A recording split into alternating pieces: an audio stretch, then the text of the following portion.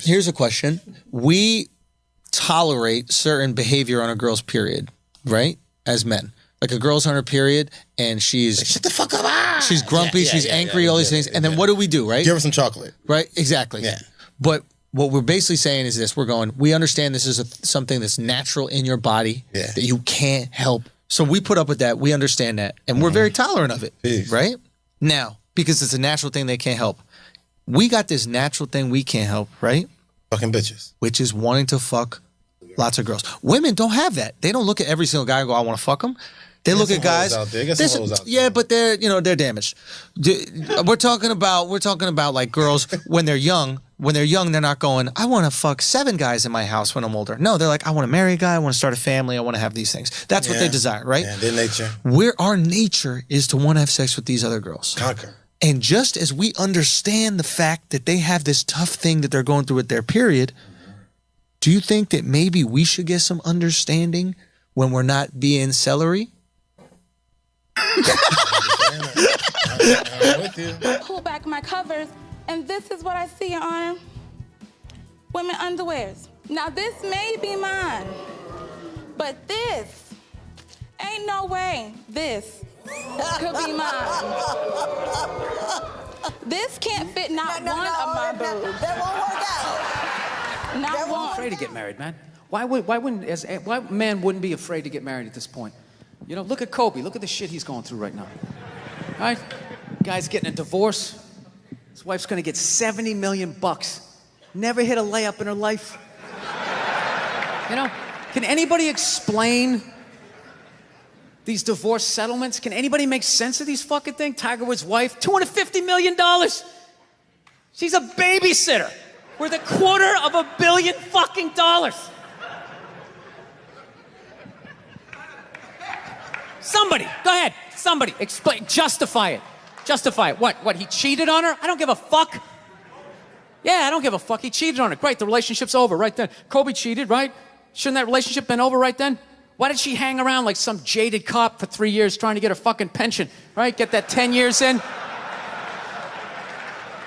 I don't know, maybe that's too harsh. That shit bothers me, man. Dude, there is an epidemic of gold-digging whores in this country. And every night I put on the news, and I'm waiting for someone to address it. Every night, never see it, you know? And every night I bring up gold-digging whores, and the whole crowd pulls back like I'm up here talking about Bigfoot, right? Like I'm saying the moon's made out of cheese or something. Talking about whores, people. They're everywhere. How many? How many more great men are going to get chopped in half before we do something? Why is it so quiet in here? God damn, I don't get it. What is it? Is it women? Do you think I'm calling you? I'm not calling any woman here a whore, okay? So don't pull back. That's not fair, okay? If you brought up wife beaters, I wouldn't like pull back. I get it. There's guys hitting women, they need to be stopped. We gotta understand that gold-digging whores are the wife beaters for men. Yeah, they are. Except we don't have that Rihanna lumped up photo in the end, so it's not obvious. It's in the eyes. It's in the lines in your face. It's in Mel Gibson's high-pitched voice on the answering machine. I had to give up my Laker tickets, right? That is the sound of a man being taken for everything he's got. I gotta tell you this, I'm envious of women, okay? I'm not saying your problems get solved, but at least they're taken seriously. You know? People, you got 1-800 numbers, you got ribbons, there's groups. People give a shit. Anything happens to a guy, it's just considered funny. Some woman cut her husband's dick off, threw it in the garbage disposal, and turned it on. People thought it was hilarious. They were, hey, Stumpy! Nobody cares. You think if a guy removed a woman's titty and threw it in the dryer, anybody would be joking about it the next day? The entire country would grind to a halt. There'd be a moment of silence. The NFL would have some special colored headband everybody had to wear for an entire month. The most effeminate color they could possibly come up with. All my heroes are going down. Arnold Schwarzenegger, another great man. Another great man. Taken down by that gold-digging whore of a maid he's got. And I'm not saying he's not a piece of shit for doing what he did. It was a piece of shit move. But how come only he got chastised? What about the maid? Why was she called the maid that entire story? She was never called a whore, ever. Just boggled my mind. She knew his wife, first name basis, played with their kids, fucked her husband in their own goddamn bed. That's right down the checklist. First ballot Hall of Fame whore, right there. Never. Why do you think she hooked up with him? Because of that 1987 flat top he's still rocking? The giant space between his teeth I could put this mic cord through? Or do you think maybe it's all that kindergarten cop money laying around the goddamn bedroom? No, it's awful.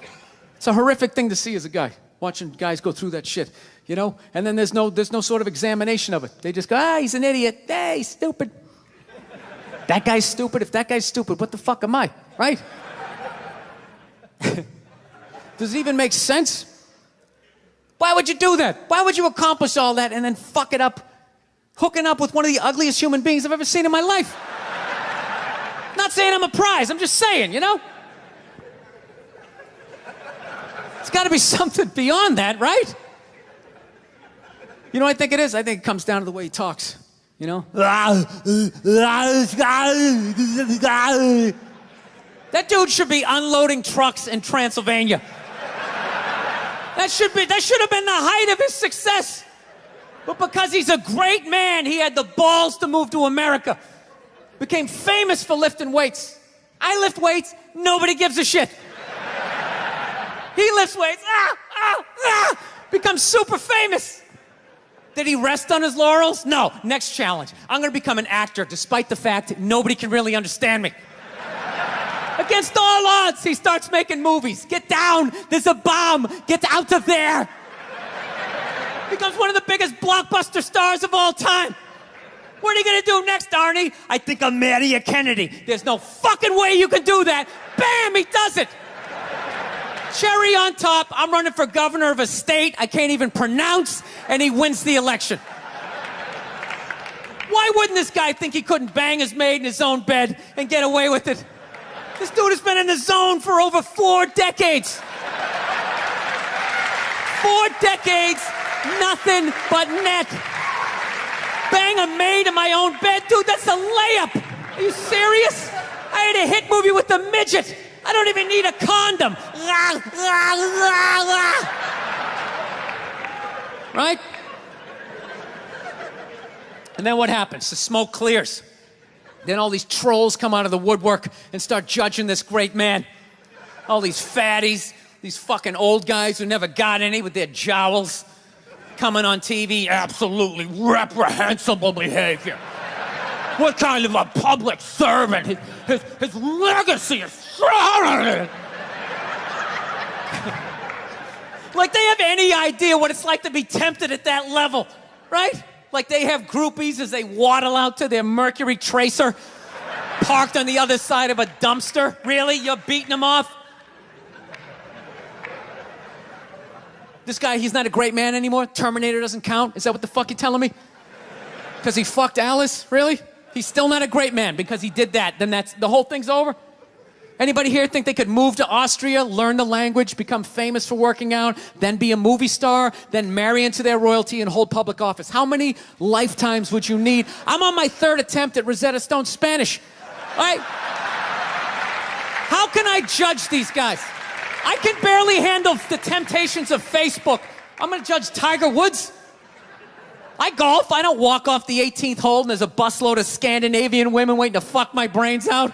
Sorry, ladies, gotta go home to the wife, right?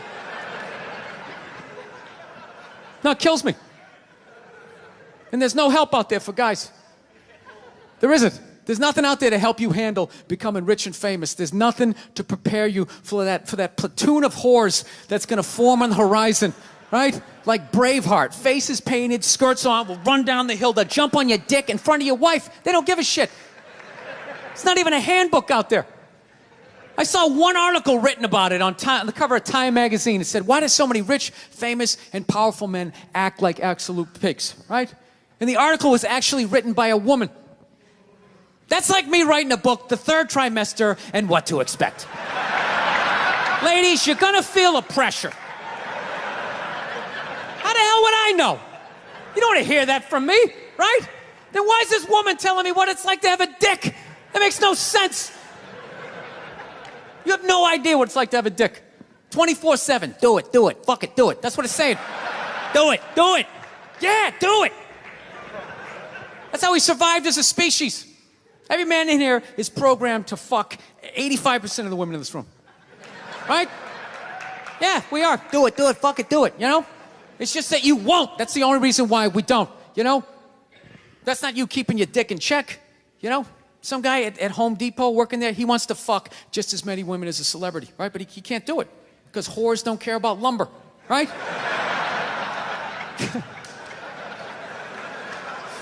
But the second he hits the fucking lottery, all of a sudden, you know, that do it, fucking do it, you know, that wasn't affecting his life. Then all of a sudden these whores show up. I'll do it, I'll suck it, I'll do it, right? No, somebody's got to step up, all right? I'm not even blaming whores, really. Just guys, we're fucking idiots. What are we doing? Why are we working so hard and then giving it all away to some chick who did 3 shifts at a fucking Hooters, you know? They're fucking bums. Sitting there with fucking Dorito dust in their cleavage, walking around with hundreds of millions of dollars. I'm sick of that shit. That's what the law says. 100 years ago, I could beat you with a fucking mop handle and be like, well, that's what the law says. Doesn't make us right. No, it's unreal. And all this shit's going down, and we're not doing anything. What are we doing? Same old shit. Sitting around watching Shark Week, right? Watching shit about poisonous snakes half a world away, just filling your head up with all this useless information. What to do if you come face to face with a Bengal tiger? Don't look at it, don't look away. Slowly back up as you push your friend forward, right? All this useless information, yet hanging between your legs is this thing that could crumble your entire empire 7 minutes or less. Don't know a fucking thing about it. Even worse, you think it's your friend. Yeah, you know why? Because your dick's like a dreamer, you know? Your dick believes. It's like a motivational speaker. I don't give a shit what question you ask it. It's always like, yeah, absolutely. Sounds like a plan. Exit strategy. Later. We'll be fine. Where's your dick when you get caught, right? Then it's just slumped over like, hey, I thought it was a good idea, you know? Yeah. You have to know that. Dude, if your dick was a third base coach, it wouldn't hold anybody up. It'd just be fucking waving people around. Everybody, go in standing up. You got it. Oh, shit, here she comes. Slide. All right, you guys were awesome. Thank you so much for coming out. I hope you had as good a time as I did. Thank you.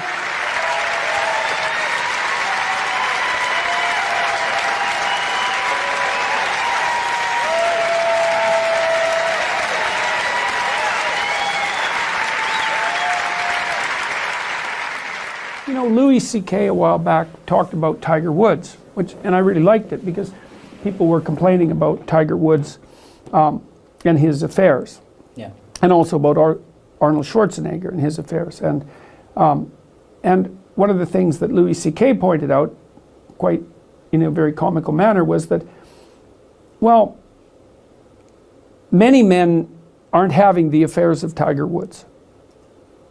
But that's not because they're good men. It's because they don't have, I think he said, a busload of Swedish bikini models waiting for them at the final hole. So the idea would be that you should conduct yourself so that you are attractive to many women. Maybe that you have your pick of them, but then you should pick one. And that's a sacrifice. Obviously, that's a sacrifice of a sort. It's a strange sacrifice because, you know, I talked to someone, a comedian recently, who told me of one of his experiences in Las Vegas. So he went to Las Vegas with a sports superstar. And they went to a party, and what literally happened at the party was one woman brought forward a small group of other women, all very attractive, and basically told the sports legend that he could just pick one of them and she would go home with him, right? And so that had all been arranged beforehand, and he said that he's been in many situations where something like that has happened. And I thought, well, you know, that sort of is appealing to the Hugh Hefner playboy 14-year-old fantasy that sort of gripped our culture from the 1960s onward. But imagine that you sleep casually with 100 women in a 6-month period, or a 3-month period for that matter, or a 3-week period. I don't care, pick your time frame. And you say, well, what, and you're ecstatic with yourself because you've been validated by this opportunity. And I'm not making light of that. It's not nothing to be attractive to women like that. It's really something to be attractive to women like that. But it isn't obvious to me that your choice to conduct yourself in that manner enriches your life and the life of other people more in any way than picking one person and actually having a relationship with them. It's only true that that promiscuous pathway, let's say, is better if you can actually divorce sexuality from all the other elements of life. You say, well, it's about variety and it's about impulsive pleasure. Or maybe it could be even slightly deeper than merely impulsive pleasure. It could be shared impulsive pleasure. But I don't think you can do that because sexuality isn't divorceable from family and from morality and from all the other elements of your life. And if you're mature, you know that. And so you make a decision. You make a decision not to capitalize on your opportunity, not to misuse your opportunities.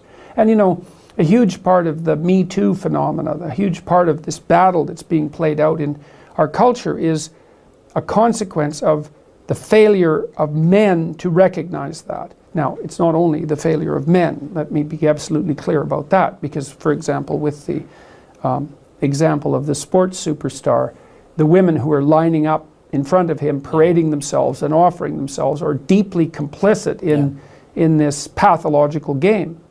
And so it's pretty clear anthropologically as well that, you know, sexual choice tends towards a Pareto distribution, especially for men. So most men have very little selection at their disposal, and a small number of men have excess opportunities.